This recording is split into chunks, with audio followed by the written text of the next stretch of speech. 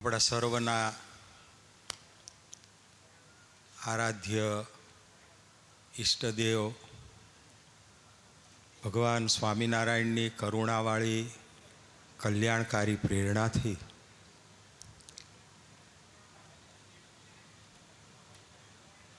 જેઓ ત્યાગ, તપ, વૈરાગ્ય, ભક્તિ, સેવા, સરળતા અને સાધુતાના સાક્ષાત સ્વરૂપ હતા, જેઓ સંતો માટે આદર્શ હતા, પ્રેરણા હતા, એવા પૂજ્ય આપણા સર્વના સદગુરુ, હમણાં હું નિત્ય સ્વરૂપદાસજીને, નવતમ સ્વામીને, બાપુ સ્વામીને કહેતો હતો કે સ્વામીને તો ભગવા કપડામાં સાધુમાં કોઈ શિષ્યો હતા નહીં, પણ અત્યારે જે અમારા જે બધા યુવાન સંતો છે એ સ્વામીને પોતાના સદગુરુ જ માને છે, અને માનતા હોય તો જ આવો સમયો, આવો મહોત્સવ યોજે. તો આ મંડળે એટલે હમણાં આપણા કોઠારી પૂજ્ય ગુણસાગર સ્વામી, ભક્તિ સ્વામી, તરુણ સ્વામી, નવતમ સ્વામી, બાપુ સ્વામી, ચેરમેન સ્વામી, કોઠારી, અરે આપણા આ કથાના, આ સત્સંગી જીવનની કથા વાર્તાના મુખ્ય વક્તા, અને જેઓ પોતાના શરીરની પરવા કર્યા વગર સ્વામિનારાયણ ભગવાનની જગતને ઓળખાણ કરાવે છે, નિષ્ઠા કરાવે છે, આ બધાય આજે એવું જ માને કે સદગુરુ જ્ઞાન જીવનદાસજી સ્વામી એ તો અમારા ગુરુ હતા, સદગુરુ હતા. બીજું મારે વધારે નથી કહેવું. આ મંડળ અહીંયા આવ્યું અને એમણે 3 કામ કર્યા. પહેલું કામ, સ્વામીજીના સમયના જે જૂના બાંધકામો હતા, જીર્ણ થઈ ગયા હતા, એ બાંધકામોને લેટેસ્ટ બાંધકામો કર્યા, અને આ મંદિરની શોભા, આ મંદિરનો ઝળહળાટ વધારી દીધો. બીજું, પૂજ્ય જ્ઞાન સ્વામીના યોગમાં આવેલા જે હરિભક્તો, એમના સુખી સંપન્ન જે સંતાનો જે દેશ વિદેશમાં વસે છે, એમને પૂજ્ય ગુણસાગર સ્વામીએ સંપર્ક કરી ઘરે ઘરે જઈ અને સમજાવ્યું કે તમે સંપન્ન છો એ તમારા પુરુષાર્થથી નથી, તમારા પ્રારબ્ધથી નથી, તમારી હોશિયારીથી નથી, પણ તમે જે કંઈ સંપન્ન છો એ તમારા વડવાઓએ જ્ઞાન સ્વામીનું સેવન કર્યું એનું ફળ છે, એનું પરિણામ છે. આ સમજાયું આ મંડળે. ત્રીજું, આ સદગુરુ મહોત્સવનું આયોજન કરીને સ્વામી ભૂલાઈ ગયા હતા. જોકે એ ભૂલાય જ નહીં, કોઈને ને કોઈને પ્રેરણા મહારાજ દ્વારા કરે જ, અને આવો મોટો ઉત્સવ ઉજવ્યો. મને તો અંતે એટલું જ કહેવાનું થાય છે કે સ્વામી ધામમાં ગયા પછી મારી અહીં નિમણૂક થઈ. મને તો સ્વામી બીમાર હતા અને એમના ભક્તો કહેતા કે સ્વામી તમે નહીં હો ત્યારે કોણ?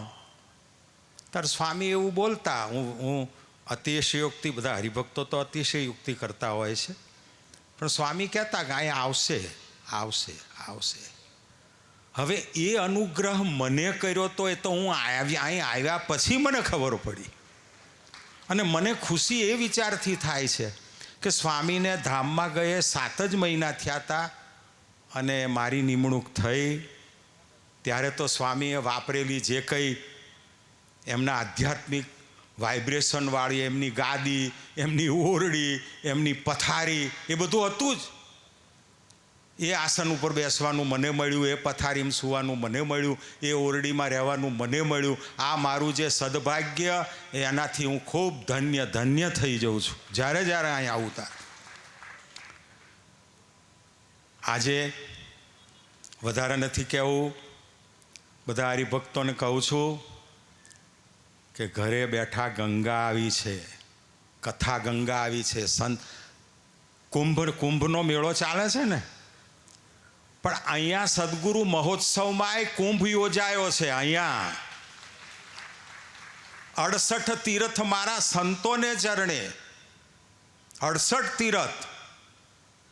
અહીંયા એવા એવા સંતો ભક્તોની પધરામણી થવાની છે, એવા એવા સંતો ભક્તોના પગલાં પડવાના છે કે બહુ બોલતા નહીં હોય. કદાચ જ્ઞાનસ્વામી કંઈ ધાણી ફૂટે, જ્ઞાનસ્વામીની મેં વાણી સાંભળી છે, કંઈ ધાણી ફૂટે એવી એમની જોરદાર સ્પીચ નહોતી, પણ એવાય જોઈએ અત્યારે, એવાય જોઈએ. પણ સ્વામી ને આજે બધા ઓળખે છે, ઓળખાવે છે, એમની યાદ તાજી થઈ ગઈ છે. તો આ બધા સંતો, જે ભજનિક સંતો, સ્થિતિવાળા સંતો, એ અહીંયા આવવાના છે. એમના દર્શનનો, સત્સંગનો, આશીર્વાદનો બધા લાભ લેજો. નહીં તો મેં પહેલાં કહ્યું એમ, ગંગા આવી પણ સ્નાન ન કર્યું, લક્ષ્મી ચાંદલો કરવા આવી અને મોઢું ધોવા જતા રહ્યા, એવી મૂર્ખામી ના કરશો. મારે વધારે નથી કહેવું. અહીંયા તો બધા અમારે, મને ખુશી શું થાય છે કે અમારા અત્યારના જે આ બધા સંતો છે ને, એમાં નૌતમ સ્વામી, જો કે બાપુ સ્વામી એ મારા કરતાં મોટા એટલે વડીલ કહેવાય, એમના પછી બીજો નંબર મારો આવે. પણ અમારા જે આ સંતો નાના નાના, એટલા બધા ગુણિયલ, એટલા બધા વિવેકી, એટલા બધા નમ્રતાવાળા, કે અમારા જેવા સંતોને એ ગુરુ એટલે પોતાનાથી જે મોટા હોય એમાં ગુરુભાવ રાખે, સરખા હોય એમાં સખાભાવ રાખે, અને નાના હોય એમાં શિષ્ય ભાવ રાખે. આ સંતો મહારાજ ખરેખર, એમને હું તો અંતે મહારાજને અને સ્વામીને પ્રાર્થના કરું છું કે હે મહારાજ, હે સ્વામી, આ બધા હરિભક્તો અને સંતોને જેમ પેલું કહેવાય છે ને કે છોરું કછોરું થાય પણ માવતર કમાવતર ન થાય, એ લાગણીના સિદ્ધાંત પ્રમાણે કદાચ આ સંતોને હરિભક્તોમાં કંઈક સામાન્ય દોષો હશે, મોટા દોષો તો ના ચાલે, પણ સામાન્ય દોષો હશે, એને હે મહારાજ, હે સ્વામી, તમે જોશો નહીં અને એમનું કલ્યાણ કરજો, એમનું ભલું કરજો, એમનું રૂડું કરજો, એવી ખૂબ દિલથી, ખૂબ હૃદયથી પ્રાર્થના કરી. અને આજે આપણે જો આપણા રમણભાઈ પણ આવ્યા છે અહીંના સંસદ, એમ આ કેટલા બધા ભાવવાળા, આ બધાના બાપ દાદાએ સ્વામીનું સેવન કરેલું, એના પ્રતાપે આજે આ બધા સુખી સંપન્ન અને ખૂબ આગળ છે. એમનોય મહિમા સમજવો, ખૂબ મહિમા સમજવો. ફરી ફરી ભગવાન સ્વામિનારાયણ. અને હું તો કહીશ કે અમારા ગુણસાગર છે ને, બધા જ એવા, ભક્તિ હોય, જ્ઞાન હોય, તરુણ હોય, કેશવચરણ, બધા જ. પણ એમાં આ અમારો ગુણસાગર, એ તો આજે આમ નાચતો હતો ને તેનું શરીર કાળું પડી ગયું થોડું, એને એટલો, ઓહો, હું કહું છું કે હે સ્વામી, આ મંડળ ઉપર તમે ખૂબ રાજી થજો, ખૂબ રાજી થજો, ખૂબ. અને તમે તન મન ધનથી જે સેવા કરી છે ને હરિભક્તોએ, એમની ઉપર પણ સ્વામી ખૂબ રાજી થાય, એવી હૃદયથી પ્રાર્થના કરીને હું વિરમું છું. જય સ્વામિનારાયણ, જય. અને અંતે કહી દઉં, એક એક સંતની પાછળ લાખ લાખ માણસ ફરશે, એની શરૂઆત થઈ ગઈ છે, થઈ ગઈ છે. આ અમારા નૌતમ સ્વામી, બાપુ સ્વામી, દેવ સ્વામી ચેરમેન, સંત વલ્લભ સ્વામી, અમારા નિત્ય સ્વરૂપદાસજી સ્વામી, શું આ બધા કમ છે? એક એકની પાછળ લાખ માણસ ફરશે એટલે લાખ લાખ માનશે. અને તમને હરિભક્તોને મહારાજે જે કંઈ આપ્યું છે, સંતા, સત્તા, સંપત્તિ, જે કંઈ આપ્યું છે, એનો ઉદારતાથી ઉપયોગ કરજો. બસ એટલું કહીને વિરમું છું. જય સ્વામિનારાયણ. ફરી